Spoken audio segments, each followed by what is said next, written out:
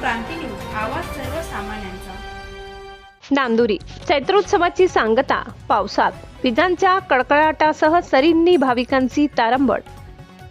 आदिमाया आदिशक्ती सप्तशृंगी देवी मंदिर येथे सुरू असलेल्या चैत्रोत्सवाची आज हनुमान जयंतीनिमित्त सांगता झाली।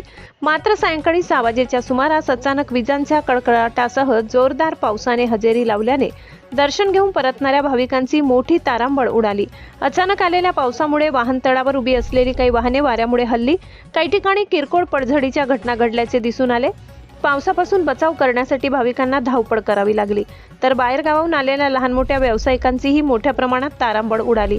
वाऱ्यासह आलेल्या पावसामुळे त्यांच्या स्टॉल्स व साहित्याचे नुकसान होण्याची भीती निर्माण झाली।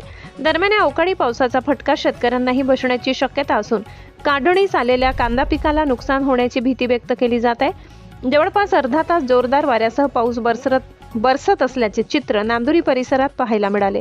चैत्रोत्सवाची सांगता होताच पावसाने हजेरी लावल्याने भाविकांसह स्थानिक नागरिक आणि व्यावसायिकांना मोठा त्रास सहन करावा लागला।